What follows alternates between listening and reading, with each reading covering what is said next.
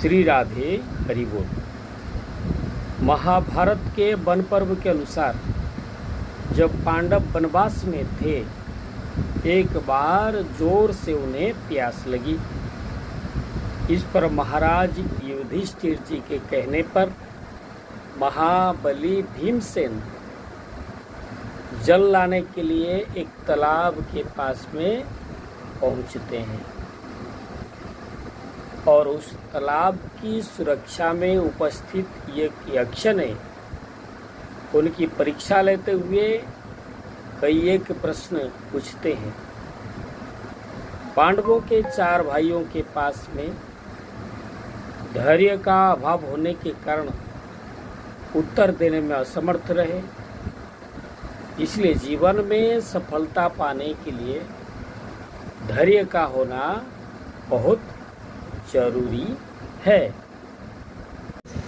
उस यक्ष ने महाराज युधिष्ठिर जी को जीवन, धर्म और दर्शन से जुड़े कई गुण प्रश्न पूछे थे और यहाँ महाराज युधिष्ठिर जी ने धैर्यपूर्वक उन प्रश्नों का उत्तर दिया था।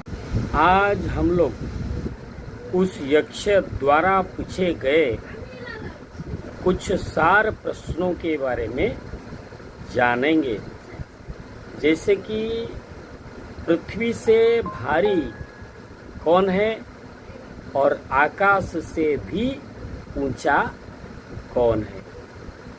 इसका उत्तर में युधिष्ठिर जी ने कहा, पृथ्वी से भी भारी माता है और आकाश से भी ऊंचा पिता है।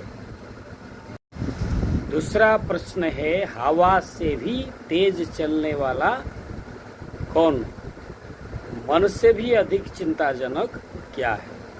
उत्तर, मन हवा से भी तेज चलता है और चिंता जो कि तिनका से भी सुखी और कमजोर होती है।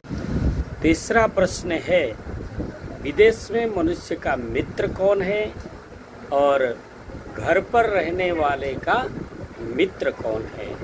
उत्तर में युधिष्ठिर जी कहते हैं, विदेश में रहने वाले का मित्र विद्या है और घर में रहने वाले का मित्र उसका पत्नी है। चौथा प्रश्न, मनुष्य का सबसे बड़ा शत्रु कौन है? क्रोध ही मनुष्य का सबसे बड़ा शत्रु है।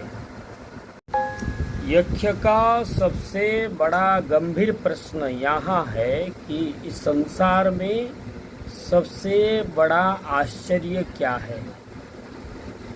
युधिष्ठिर जी उत्तर में कहते हैं, मृत्यु से बढ़कर के और आश्चर्य क्या हो सकता है? लोग बार बार देखते हैं, लोग मर रहे हैं, फिर भी जीने का कामना करते हैं। इससे बढ़कर के आश्चर्य और क्या हो सकता है? छठा एवं 7वां प्रश्न है कि जीवन में सुखी कौन है और दुखी कौन? जो व्यक्ति घर पर रह करके सादा एवं सात्विक भोजन करता है वही सुखी है। जो व्यक्ति को किसी भी प्रकार का कर्ज नहीं है तो वही वास्तव में सुखी है। और दुखी कौन है?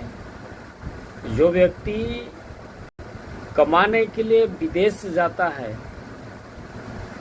और कर्जा करके जीवन निर्वाह करता है, उससे भला दुखी और कौन हो सकता है?